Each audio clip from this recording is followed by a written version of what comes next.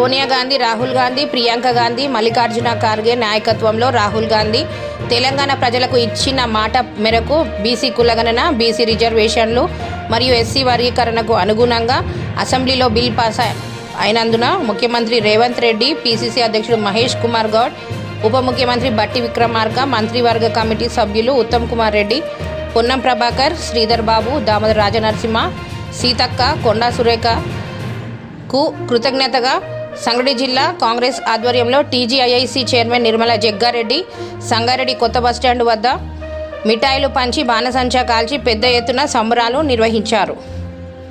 ఈ సందర్భంగా నిర్మల జగ్గారెడ్డి మాట్లాడుతూ చరిత్రలో ఎప్పుడూ ఏ పార్టీ చేయని పని కాంగ్రెస్ ప్రభుత్వం చేసిందన్నారు.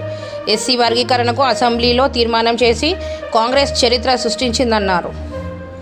ఈ కార్యక్రమంలో టీపీసీసీ కార్యదర్శి ఆంజనేయులు, మాజీ గ్రంథాలయ చైర్మన్ తోపాజీ అనంతకిషన్, సిడిసి చైర్మన్ రామ్రెడ్డి, ఆత్మ కమిటీ చైర్మన్ ప్రభు, కంది మండల అధ్యక్షులు మోతిలాల్ నాయక్, సదాశివపేట మండల పార్టీ అధ్యక్షులు సిద్ధన్న, సదాశివపేట పట్టణ అధ్యక్షులు మునిపల్లి సత్యనారాయణ, నాయకులు నరసింహారెడ్డి, కూన సంతోష్, కిరణ్, మహేష్, యూత్ కాంగ్రెస్ అధ్యక్షులు వెంకట్, చిత్తర్ యాదగిరి, కాసిని రాజు, రవి, మైనార్టీ అధ్యక్షులు ఆరిఫ్, తాహేర్, పాషా, నారాయణ్ తదితరులు పాల్గొన్నారు.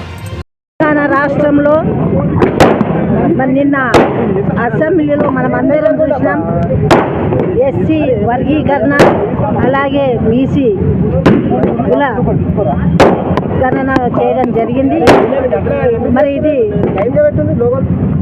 మన నాయకుడు రాహుల్ గాంధీ గారు ఎలక్షన్ల ప్రచారంలోనే చెప్పడం జరిగింది, కులగణన చేస్తాం, ఎస్సీ వర్గీకరణ చెప్పడం కాదు, ఈరోజు నిరూపించడం మన తెలంగాణ రాష్ట్ర ముఖ్యమంత్రి గారు మరి నిన్న నిరూపించడం జరిగింది. ఈ కార్యక్రమానికి మరి విచ్చేసిన సంగారెడ్డి జిల్లా నాయకులందరికీ, ప్రజాప్రతినిధులకి, మరి ఇక్కడ ఇచ్చిన ప్రతి ఒక్కరు కూడా నమస్కరిస్తూ, మరి నిన్న జరిగిన వర్గీకరణను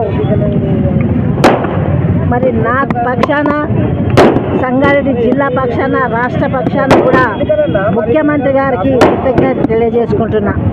ఎందుకంటే స్వతంత్రం వచ్చినప్పటి నుంచి ఇప్పటి వరకు కూడా ఇలాంటి ప్రక్రియ జరగలేదు. అంటే ఇది చరిత్రలో నిలిచిపోవాల్సిన విషయం. ఎస్సీ వర్గీకరణ అనేది, బీసీ కులగణన అనేది చాలా పెద్ద విషయము. దీన్ని ఎవ్వరు కూడా వక్రీకరించడానికి లేదు. ఎందుకంటే ఎస్సీలు మరి ఎన్నో ఉద్యమాలు చేసిండ్రు, ఇప్పటి కూడా పోరాటం చేస్తూనే ఉన్నారు.